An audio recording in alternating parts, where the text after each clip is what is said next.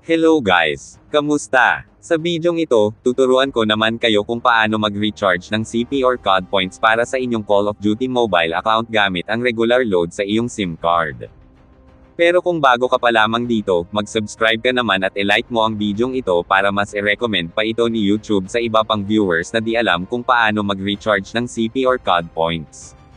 Salamat! Magsimula na tayo! Ito pala ang aking Call of Duty mobile account, at mayroon akong 2,827 na COD points. Mahalagang malaman ito para alam natin kung may dumagdag at kung successful ba ang pagbili natin ng COD points. Okay, pag ready na, i-home mo lang ang screen ng phone mo. Please panoorin mo ng maigi at hanggang sa huli ang video kasi medyo komplikado ang proseso sa pag-recharge ng COD points. Pumunta ka sa Google, Chrome or di kaya Safari pag iPhone gamit mo. E-search mo lang ang Unipin CODMPH. Tapos scroll up mo lang at hanapin ang ganitong logo ng Unipin, tapos i-click ito at matik dadalhin ka na niyan sa site store ng Unipin. So andito na tayo sa store ng Unipin guys. Pinakauna, sa number 1, mandatory na ilagay mo dito ang iyong Gmail.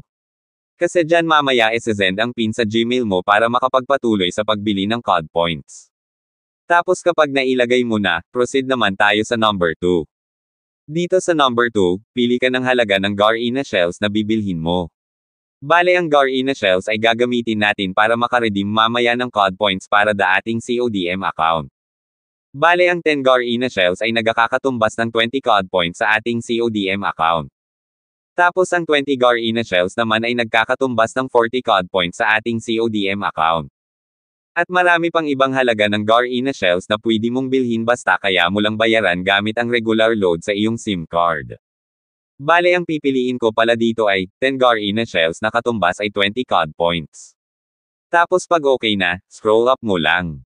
Dito sa number 3. Pwede kang pumili ng e-money wallet like GCash at PayMaya. Sa regular load naman ay, SIM card na Smart, Talk and Text at dito SIM card ang pwede mong gamitin. Sa mga nagtatanong kung bakit wala na ang TM at Globe sa lahat ng store kasi ayaw na mag-collaborate ni Globe Telecom, kaya no choice yung mga Globe at TM users kundi gumamit ng GCash, Maya, Talk and Text, Smart at dito. So bale dito sa akin, ang gagamitin kong pambayad ay regular load sa aking SIM card na dito. At ang 10 Garena shells ay nagkakahalaga ng 15 pesos na regular load sa ating dito SIM card. Kapag okay na, scroll up mo lang at pindutin ang purchase now. Kapag ganito lumabas, ilagay mo lang dito ang iyong SIM card number, kasi sa cellphone number mo mamaya send ang code at ibabawas ang bayad kapalit ng pagbili ng COD points. Kapag okay na, scroll up mo lang at i-click ang confirm. Tapos dito naman guys, hintayin lang na dumating ang one-time PIN via text message.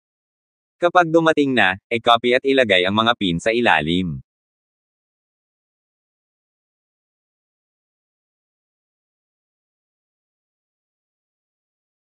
At kapag nailagay na, click lang ang confirm payment.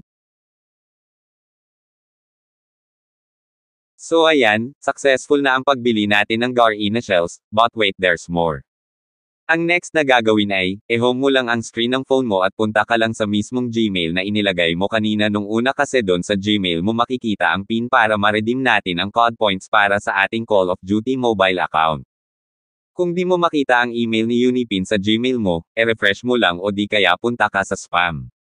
So ayan na guys, nakita ko na sa akin ang email ni Unipin. Open lang ang email ni Unipin. Tapos scroll up mo lang ng konti. Nakikita nyo ba ang PIN? Ang kasunod na mga numero sa PIN ay dapat nating i-copy. Tandaan na ang mga numero lang sa PIN ang i-copy at wag nang isama ang iba pa, para successful mamaya ang pag-redeem ng COD points. So, i-copy mo na. At pagtapos mong makopy ay, i-click mo lang itong naka-highlight na color blue na shop.garena.ph.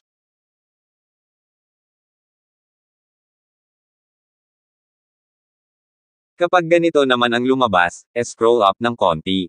Dito naman sa number 1 ay need mo mag-login. Kapag nag-login ka gamit ang Garena account mo, i-click lang ang Garena, pero kapag sa Facebook, i-click ko Facebook. Sa akin kasi sa FB ako nag-lologin patungo sa account ko.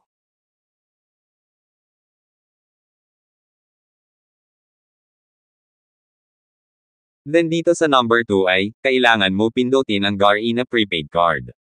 Tapos mong mapindot, click mo naman itong mahabang text box.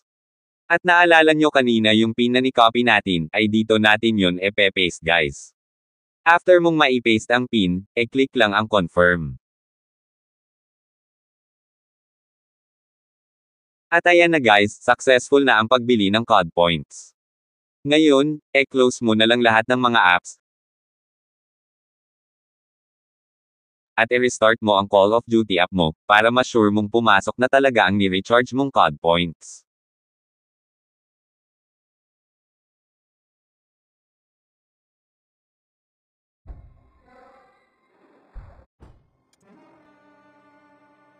So ayan guys, pumasok na ang 20 COD points na binili ko.